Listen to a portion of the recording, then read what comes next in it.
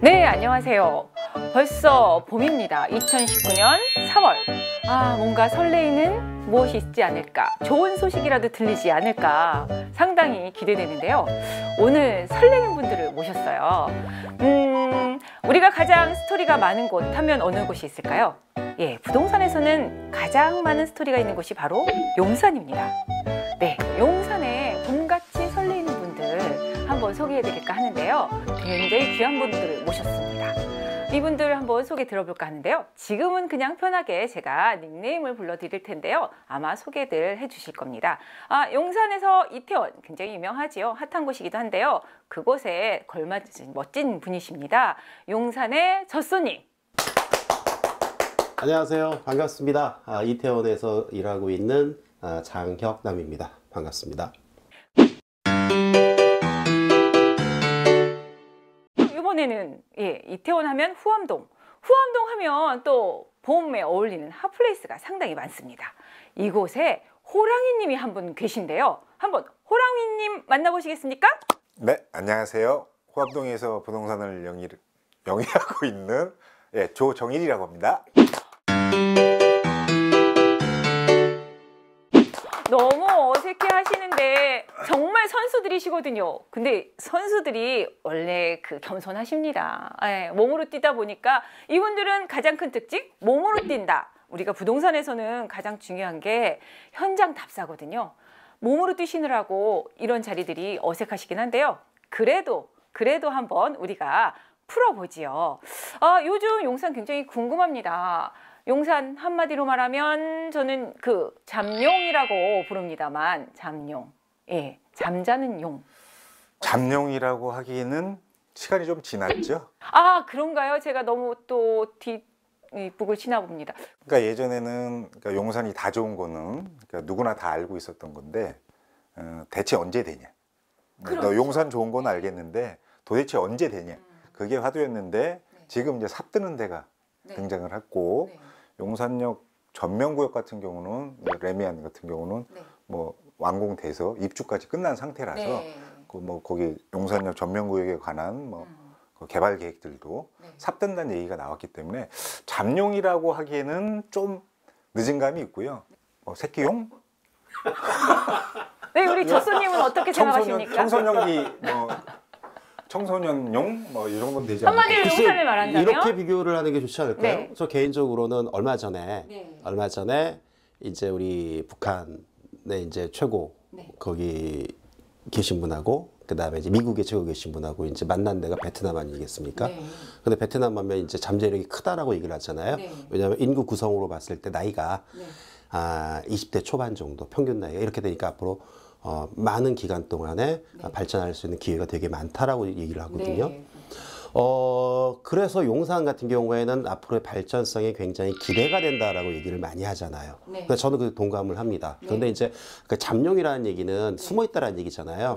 근데 이제 용산을 우리가 살펴보면 개발이 계획이 된 곳이 있고 또 그 계획에 의해서 진행되는 곳이 있고 또 종료가 되는 곳들이 있어요. 그런데 잠용이라는 표현이 계속 붙어나가는 이유는 개발이 완료가 된 곳들이 상대적으로 굉장히 적기 때문에 그래서 앞으로 개발할 곳들이 너무 많다. 그러니까 장밋빛 전망이 많은 곳이다라고 이렇게 이해를 저는 하고 있습니다. 예, 맞습니다. 지금 말씀하신 것처럼 용산이 잠용이라기보다는 많이 이제 점점 개발이 되어 가면서 깨어나는 용이고 이야기들이 상당히 많은데, 그럼 이참에 한번 그럼 용산에 대해서 조금씩 풀어볼까요? 용산 하면은 제일 먼저 가장 큰 이슈가 뭐가 있어요? 용산은 뭐니 해도 미8군 기지가 이전해서 민족공원 된다는 게 절대적인 화두고, 거기에 이제 예전에는 보통 이제 저희 업자들이 얘기하기로는 좌국제업무지구, 우한남뉴타운, 용산공원을 가운데 두고 좌국제업무지구, 우한남뉴타운이 용산 전체 시세는 이끌어 가다가 국제업무지구는 엎어지고, 그리고 한남뉴타운은 그래도 나름대로 진행이 잘 되기 때문에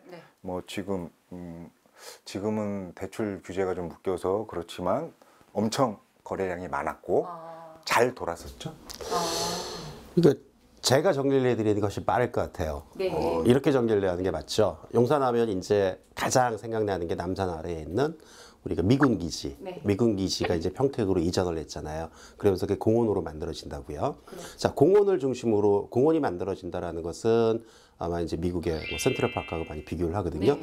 그 공원이 가운데 있으면서 바로 왼쪽으로는 국제업무지구를 중심으로 해서 업무단지 개발 쪽이 쭉 이루어지는 것이고요. 그 다음에 오른쪽에는 이제 그 업무단지에 근무하시는 분들을 위해서 향후에 이제 주거지역 개발하는 이런 동네가 있어요. 그래서 친환경 공원이 만들어지면서 업무단지 개발과 주거지역 개발이 오랜 기간 동안에 같이 이루어지는 곳이다 이렇게 생각을 하면 될 것 같은데요. 그렇죠. 맞습니다. 그러니까 뭐 주거적인 인프라가 갖춰지는 쾌적성과 함께 또 어떤 자족도시로서의 업무지구도 점점 개발이 되어가는 곳이라 더 인기가 있기도 하고, 입지적으로 봤을 때도 아마 서울 지도를 보신 분들은 가장 정중앙에 그 용산이 있다라는 거, 부동산에서 첫 번째는 사실 입지 아닙니까? 그렇죠. 그래서 아까 제가 남산하고 용산공원 얘기했잖아요. 네. 남산하고 용산공원 사이에 후암동에 있는데 후암동에서 터를 잡고 계신 분이 옆에 계신 분이 이잖아요. 예, 호랑이님은 굉장히 그 털을 잘 잡고 계신 것 같습니다. 그러니까 용산 좋다는 거는 여기서 밤새서 촬영해도 모자랄 정도로 입을 턴다는 표현은 좀 그렇죠. 얼마든지 얘기를 할 수가 있는 부분인데 유튜브 영상으로 통해서 뭐 시청하시는 분들한테 얼마든지 안내를 해줄 수가 있는데, 저는 이제 그것보다도 그건 차후 문제고 이 옷을 나는 왜 입고 해야 되는지에 대해서, 그리고 우리 곰님께서는 너무 뭐 강의 나오셨어요? 아유, 그럼 뭐 강의 나오신 건지 뭐 재미나게 뭘 하자고 이렇게 얘기를 하셔서 이 옷을 스스럼없이 입히시더니 너무 호랑이님 이렇게 젖손님이십니다. 아, 젖손님이시나요? 젖손님 죄송합니다. 민족공원 얘기가 나왔으니 잠깐 민족공원에 대해서 말씀을 드린다면, 민족공원은 한 895만 제곱미터 정도의 크기입니다. 이거는 센트럴파크, 미국의 센트럴파크의 한 72%, 1% 정도 되는 수준이라고 하니까 우리나라 면적이 봤을 때는 굉장히 큰 면적입니다. 근데 이 센트럴파크가 될 이 민족공원에 붙어있는 인접지역들을 한번 볼까 하는데,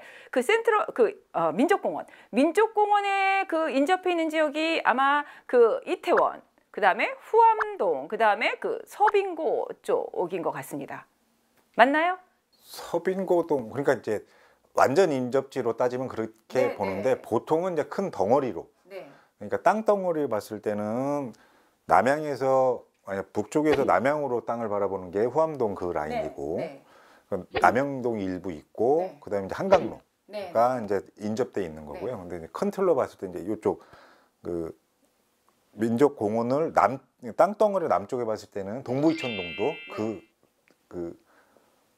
저 인접지라고 볼 수 있는 거죠. 그러니까 그리고 우측으로 봤을 때는 한남뉴타운 5구역 같은 경우도 보통 이제 한남뉴타운도 이제 큰 덩어리로 봤을 때는 그렇죠. 한남동도 같이 끼어 있죠. 그러니까 크게 보면 어떻게 보면 한남동, 그 다음에 뭐 그 동부이촌동이나 그 다음에 후암동 일대, 이렇게 큰 덩어리로 보는 게 더 맞는 것 같고. 그렇게 보는 게 맞다고 봐요. 그러면은 이 셋 중에 두 분한테 한번 여쭙겠는데, 먼저 호랑이님한테 이 셋 중에 그럼 민족공원이 다 완성이 되었을 때 어느 곳이 가장 뜰 것 같으냐라고 여쭤본다. 제 개인적으로는 생각으로는 현재 시세에서도 분명히 차이가 나지만 동부이촌동은 뭐 지금도 극강이고 앞으로도 극강이 될 것 같고요. 그 동부이촌동 같은 경우는 뭐 간선도로도 타기가 쉽고 수변 지역까지, 수변 구역까지 품고 있는 건데 더더군다나 그 민족공원이 뭐 개장을 한다 그러면은 뭐 그보다 좋을 수는 없을 것 같고요. 그리고 용산 한강로 쪽도 마찬가지로 뭐 지금 일단 뭐 금액적인 부분에서는 뭐 선도를 하고 있고, 한남뉴타운도 대단지고 세팅이 된다고 하면 입주까지 끝나고 한다 그러면 뭐 손가락 안에 들겠죠. 근데 1, 2, 3위는 이제 어떻게 될지는 좀 지켜봐야 될 것 같아요. 근데 상대적으로 호암동은 가격 대비로 봤을 때는 아직 많이 저렴한 편이죠. 인접지들에 비해서는. 그렇죠. 제가 지금 세 곳을 말씀드렸는데 세 곳 중에는 가장 아직은 저렴한 것 같아요. 그죠? 그렇죠. 저렴하긴 하죠. 저렴하긴 하죠. 근데 이 용산구 내에서 좀 저렴하다는 것이고, 다른 지역하고 비교를 했을 때는 그 저렴한 편은 아니에요. 왜냐하면 용산이라는 네임 밸류가 있기 때문에 우리가 기본 가격이라는 건 항상 존재하지 않겠습니까? 그런데 이제 아까 그 공원을 중심으로 해서 이렇게 얘기를 했잖아요. 근데 저는 좀 다른 개념으로 보는데 이 용산구 내에서는 이 공원을 어느 동네에 있든지 간에 시간상의 문제일 따름이지 도보로 다 이용할 수 있어요. 제가 봤을 때는요. 네. 물론 아주 오래 걸리는 데는 한 20분 이상 걸어야겠죠. 뭐 그러면 차로 이용을 하겠는데 이거는 이제 뭐 멀린 곳에서도 이용할 수 있는 거니까 그것보다도 아무래도 이제 그 공원을 바라볼 수 있는 위치 있느냐에 따라서 조금 더 다를 것 같아요. 아까 이제 센트럴파크를 얘기를 했잖아요. 그러면 센트럴파크가 가치를 갖고 있는 것은 센트럴파크 주변에 있는 그 높은 주상복합 아파트에서 공원이 내려다 보이기 때문에 그러는 거죠. 그래서 조망권이 어느 정도 갖추어져 있느냐에 따라서 좀 다를 수 있다라고 보고요. 그거도 이제 지도를 한번 쭉 놓고 보면 조망 권역이 있는 동네들이 있고 그렇지 않은 동네들이 있으니까 거기에 따라서 좀 달라질 것 같아요. 좀 디테일하게 말씀을 하신 거 저는 이제 큰 틀에서 덩어리로 이렇게 표현을 해드렸던 것 같고요. 역시 개인 배신이라 호랑이님답습니다. 근데 아까 말씀하셨을 때 그 공부를 좀 덜 하신 것 같아요. 왜요? 용산공원이 이제 우리가 면적으로 봐도 100만 평이라고 흔히 얘기를 하잖아요.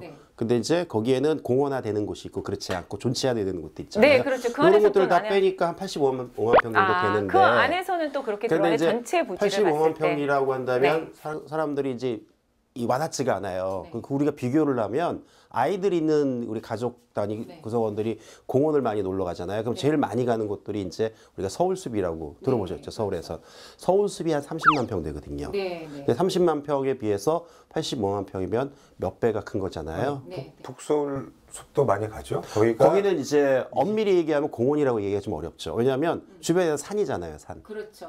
산 면적을 포함을 해서 그런 거지 이용할 수 있는 대상은 극히 일부 면적밖에 그렇죠. 없으니까. 인위적으로 만든 그 녹지 공간을 공원이라 부르고 또 산은 산대로 따로 자연 공간이기 그러니까 때문에 산과 산 사이에 공원이 조그맣게 만들어진 게 북서울 꿈의숲이고 그다음에 서울숲은 그 숲 공간을 만들기 위해서 일부러 그렇게 공원을 만들어 버린 것이고 그것보다도 훨씬 더 큰 게 이제 용산 공원 가족공원인데 정확하게 명칭은 용산 국가공원이라고 그러더라고요. 국가공원인데 그 공원이 만들어지게 되면 글쎄요.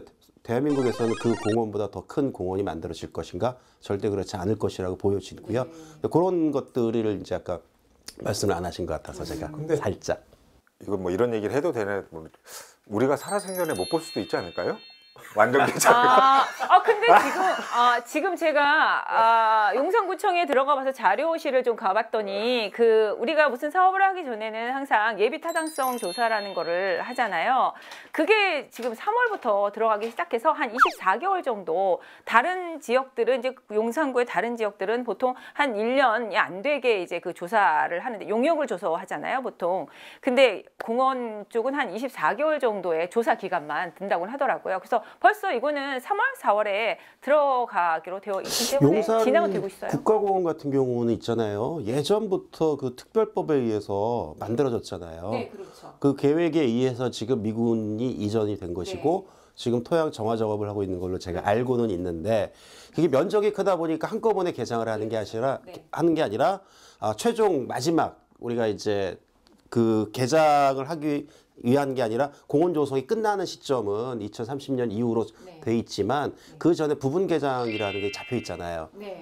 그러니까 뭐 1차, 2차, 3차 뭐 이런 식으로 시차를 두고 근데 이제 제가 아까 농담삼아 말씀했는데 우리 살아생전에 볼 수 있겠냐라고 말했던 거는 이제 그게 완전히 안정화돼서 예를 들어 처음 공원 같은 것들이 조성이 됐을 때는 나무나 기타 등등들이 열악할 수밖에 없으니까 제대로 민족공원다운 뭐 숲 뭐 아름드리 나무들도 좀 이렇게 자라고 그렇게 따져보면 운동 열심히 하고 건강 챙기면서 오래오래 살아야 되지 않을까.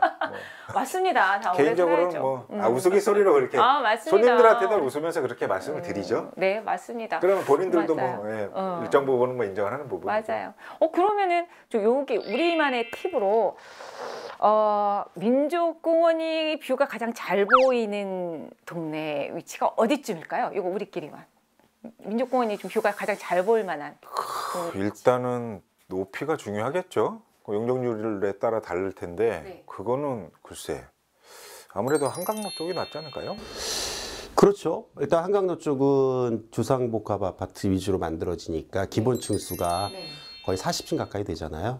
그러니까 이제 또 공원에 가까이 있고 그러니까 이제 공원 조망권이 좋은 곳이고 우리 이제 여기 호랑이님이 계시는 후암동도 개발이 되면 이제 공원 조망이 충분히 가능한 곳이고, 그리고 이제 우리 이제 이태원 일대, 뭐 한남 뉴타운에서도 공원 조망이 일부 가능할 것으로 보여지고요. 그 다음에 이제 기존의 동부이천동에서도 뭐 우리 건영이라든지 이쪽에서도 공원이 보이죠. 그런데 이제 그 전에 만들어졌던 주상복합 아파트, 뭐 시티파크라든지 뭐 이런 것들이 있으니까 이제 가리는 데가 있고 가리지 않는 데가 있잖아요. 물론 시티파크나 파크타워 같은 경우는 공원이 잘 보이겠죠.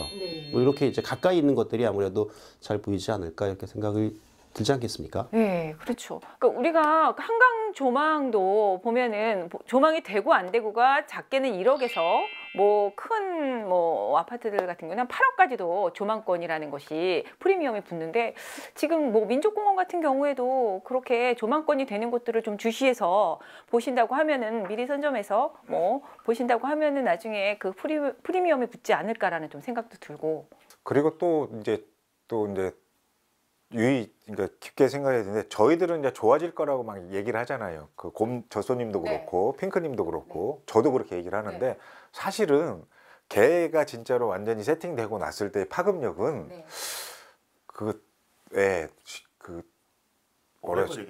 그러니까 저희가 뭐라고 그래야 되지? 그러니까 얘가 공원화 됐을 때 그 엄청난 파급력을 우리는 이제 유추하고 뭐 이런 개념인데 걔가 실질적으로 활성화가 돼서 안정화가 되고 나서의 주변 시세나 이런 것들은 플러스로 위로 뭐 예단하기에는 좀 어감이 우리가 생각했던 것보다 훨씬 더 갈 수도 있지 않을까 그렇게 생각을 해요. 근데 지금 우리가 공원 얘기만 하는 끌고 있는데 사실 용산이라는 입지를 보면 우리 공원만 있는 게 아니잖아요.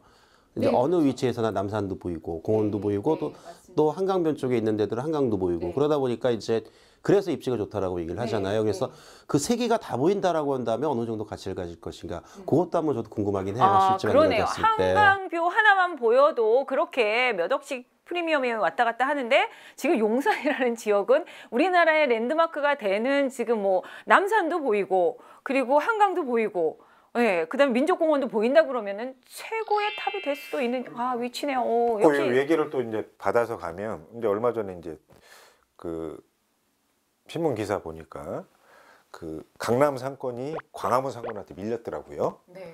광화문 상권이 1위로 떴고 어디 신문 기사인지 모르겠는데 왜 젠틀리피케이션 일어나서 그런 건가요? 2위가 왜냐면 그 광화문 주변이 그 재건축 뭐 기타 등등으로 재개발 뭐 이렇게 그 업무 시설들이 엄청 많이 생겼어요. 그러니까 그 피막골 뭐 젖소님이나 저나 뭐 막걸리 먹고 네 발로 기어다니던 그 피막골들이 전부 다 업무 시설로 싹 다 바뀌었거든요. 오피스텔 기타 등등으로. 그러니까 아무래도 상주 이론이 많이 생기니까 뭐 집회도 많이 하고 뭐 그런 거는 그러니까 정기적으로 일어나는 것이 아니니까 그러니까 업무 시설이 그만큼 아무래도 유동인구가 많아지면 주변 상권을 당연히 살 수밖에 없는 건데 그런 맥락으로 봤을 때 용산역 얼마 전에 가족 모임이 있어서 거기 한정식집에서 모임을 해서 오랜만에 밥 먹으러 일하러 간 게 아니라 용산역 전면구에 갔었는데 거기도 이제 많이 들어서 있더라고요 건물들은. 근데 아직은 그 장사나 상권들이 안정화가 안 됐기 때문에 근데 거기서는 뭐 용산역 전면창지군가 뭐 그런 것까지 마천루가 계속 생길 거란 말이죠 앞으로. 그러면 그런 부분에 의해서 상권도 무시 못할 것 같아요. 뭐 저도 당연히 동감을 하죠. 왜냐하면 상권이라는 게 있으면 당연히 그걸 이용하는 이용자가 있어야 되는데 당연히 이제 개발이 계속 이루어지면서 인구는 늘어나면 또 이제 공원 아까 얘기를 했지만 공원 같은 게 만들어지게 되면 멀리서도 사람들이 올 거 아니겠어요. 그러면 당연히 주변의 상권을 이용자가 많아진다는 것이고 활성화되는 거죠. 용산 상권도 그거 이제 뭐 1, 2, 3위 다투지 않을까 싶어요. 그래서 저도 개인적으로 요즘에 이제 경리단이라든지 뭐 이태원 일부 지역이라든지 이렇게 이제 상권이 좀 쇠퇴하고 있다. 아까 말씀하신 젠트리피케이션 이런 얘기 하잖아요. 그런데 저는 어느 정도의 시간이 지나면 그 이전보다 더 활성화될 가능성이 더 많다라고 보거든요. 네. 뭐 그런 것들은 이제 여러 가지 요인들이 있기 때문에. 네, 그러게 상권 같은 경우에는 이렇게 좀 돌고 도는 유동적인 경향들이 좀 많이 있어서 특히나 이제 포화 상태가 됐을 때는 대부분 젠틀리피케이션이 일어나서 이동을 하고 주변 지역으로 이동을 하는데 사실 용산은 그 안에서 이동을 하게 되는 것 같아요. 지금도 보면은 이태원에서 호암동 일대로 갔다가 또 경리단길 뭐 다 해방촌 이렇게 움직이는데 지금 뭐 계속 민족공원 얘기만 해서 그런데 민족공원과 남산에 있는 길목들을 좀 자세히 살펴보는 거. 왜 우리가 한남동 지금 뭐 보면은 굉장히 뭐 예, 가격 비싸지 않습니까? 근데 그 다른 이 기타 지역들도 틈새가 있지 않을까요? 그런 뭐 경로들에 대한 뭐 부분들에. 근데 제가 이제 그 사무실에서 네. 이제 용산이 좋으니까 한번 투자를 해야겠다 이렇게 네. 오시는 분들 상담을 쭉 나눠보잖아요. 그러면 뭐가 있냐면 보유자금 한계가 있으니까 네. A라는 지역, 예를 들어서 우리 이제 호랑이님이 계시는 네. 호암동의 앞쪽에 네. 거기 이제 거기가 뭐 교통의 요충지가 되니까 거기에 이제 투자하면 좋겠다고 생각을 하지만 네. 자금이 없으면 못하게 되잖아요. 네. 그럼 자금에 맞춰야 되는데 네. 그러다 보니까 아까 말씀하신 틈새 지역을 찾거든요. 네. 근데 문제는 뭐냐면 용산이 가치를 가지고 있는 것은 현재의 이런 낡은 지역들, 낡은 주거 지역들이 현대화된 새로운 주택으로 바뀐다는 거거든요. 네. 그리고 그 바뀌는 것은 계획에 의해서 바뀌어지는 거예요. 네. 근데 이 틈새 지역들은 전혀 그런 계획이 없어요. 근데 용산이라는 것 때문에 그냥 투자를 막무가내로 하시는 분들이 많은데 저는 그거는 좀 나눴으면 좋겠어요. 네. 즉 개발로 인해서 가치를 가지는 곳과 네. 아무 계획이 없는 곳은 서로 미래 가치가 완벽하게 다른 얘기거든요. 근데 그거를 일부 분들은 굉장히 많이 혼동을 하세요. 지금 말씀하시는 그 지역도 그렇게 들어가는 거거든요. 네. 어느 지역인지 제가 아니까 그렇죠. 네, 네. 그러니까 뭐 이런 얘기는 일정 부분 동의하는데 그러니까 쉽게 표현을 하자고 그러면 네. 그러니까 우리 조소님이 네. 대학 다닐 때 네. 그 남녀공학을 나와서 고등학교를 네. 그래 대학을 같이 동기가 됐다고 치자고요. 네. 그러면은 아는 여자들이 많을 거 아니에요. 네. 그 고등학교 친구들이 네. 그녀들이 막 여대를 가고 달고 네. 그러면 얘랑 친하게 지내면 우리 조소님이랑 친하게 지내게 된다 그러면 내가 대학 동기라는 가정하에 네. 그러면 뭐 미팅이나 이런 건수들이 좀 있을 거 아니에요. 네. 뭐 그러면은 묻어가는 거 있다? 그렇죠. 묻어가는 정도 여기까지지 네. 이 묻어가는 거에 집중이 되면 안 된다는 얘기죠. 원래 건수가 많은데 얘한테 잘 보여야 나도 뭐 이렇게 미팅이라도 한번 하고 그런 개념인데 네. 이렇게 얻어먹는 애 이렇게 미팅이나 한 번씩 하는 애가 뭐 주가 되는 그런 장은 아니라는 거죠.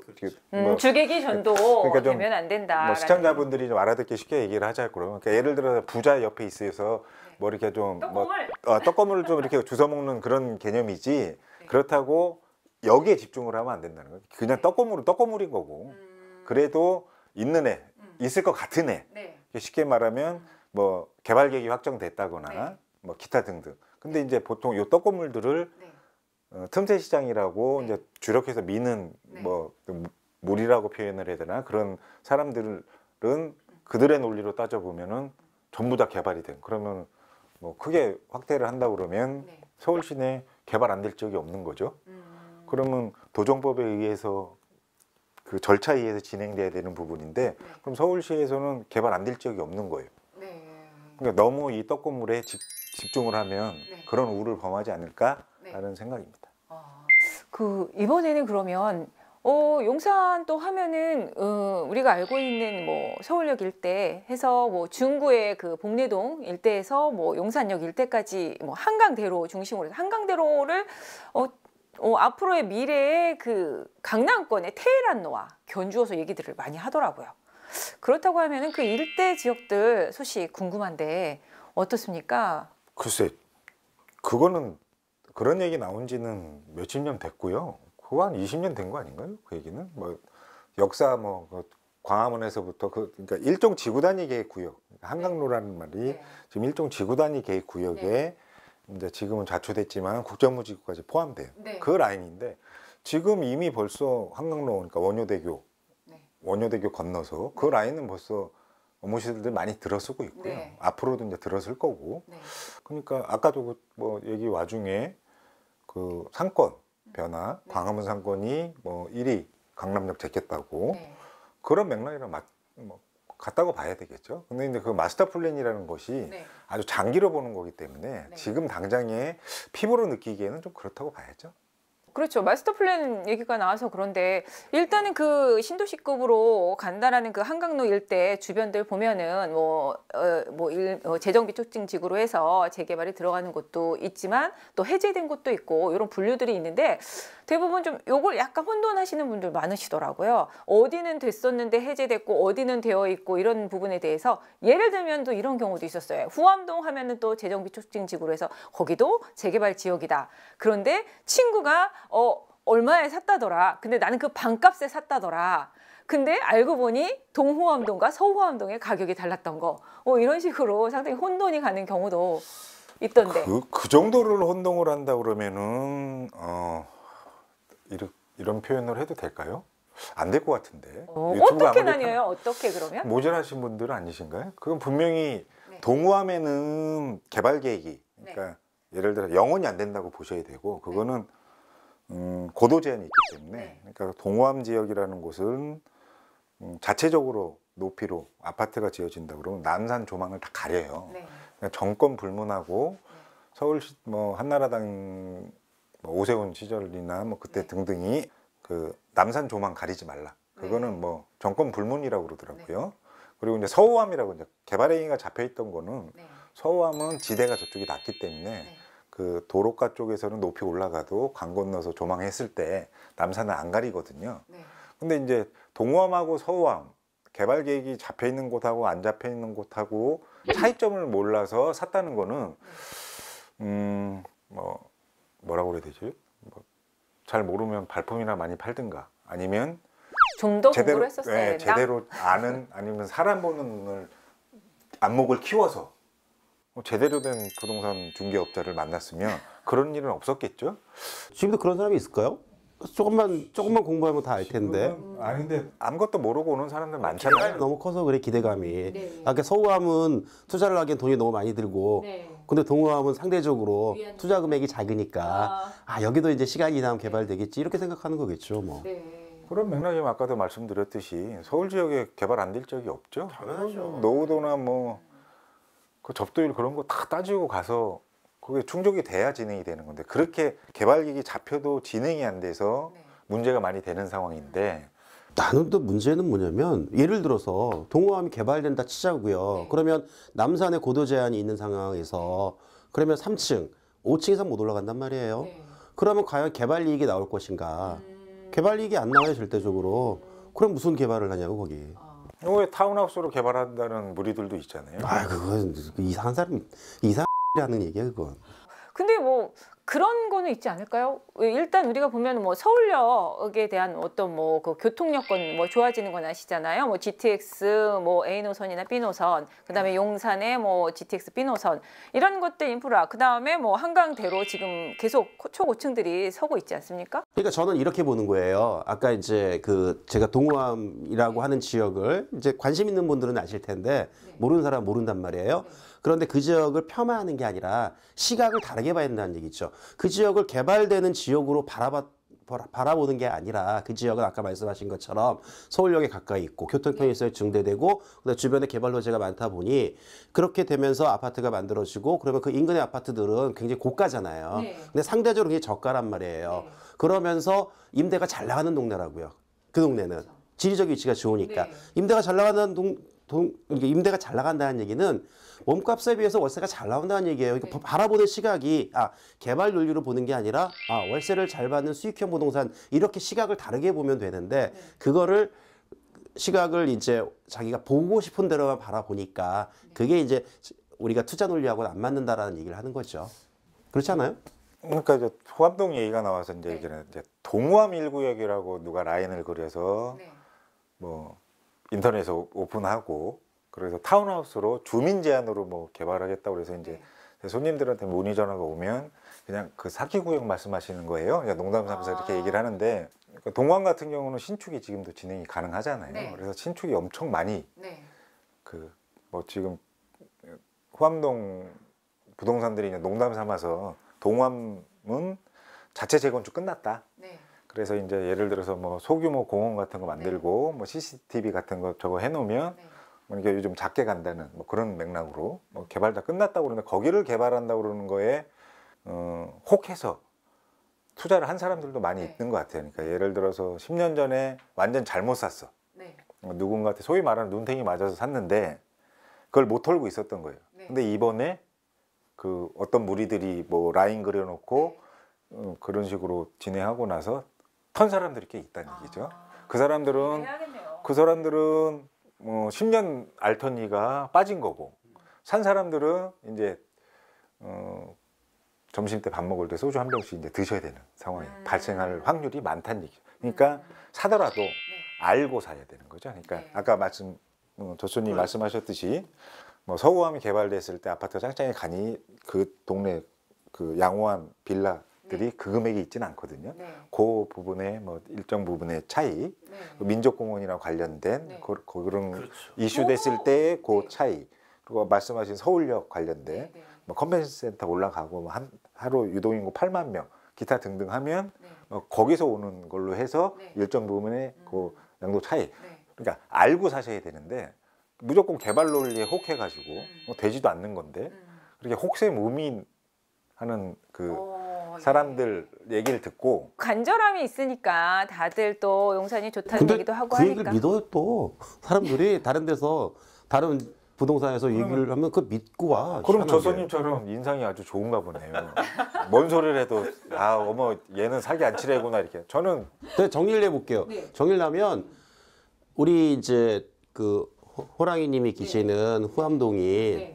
직접적으로 개발이 되는 동네가 있고 네. 이 개발이 되는 동네 때문에 네. 실제 개발이 일어나면 그 사람들 이제 어디로 가야 될 거 아니겠어요. 그러니까 일시적으로 주택의 수급이 네. 부족하게 되고 또 주변 집값하고 괴리가 발생을 하게 되고 또 교통 편의성은 더 증대되다 보니까 이제 더 저렴한 걸 찾는 사람들 수요 이런 것들 때문에 당연히 가격이 올라가겠죠. 네. 올라가는데 직접적인 개발 때문에 올라가는 건 아니다. 네. 이건 이제 정확하게 우리가 인식을 해야겠죠. 그러니까 명확히 해야 될 거는 개발 구역은 개발 구역대로 있고 나머지 지역들은 그 따라가는 어떤 인프라에 의해서 주가가 올라가는 것이지 그 자체가 개발이 되는 거는 아니니까 그런 것들을 좀 조심해서 보셔라 이 뜻이겠네요.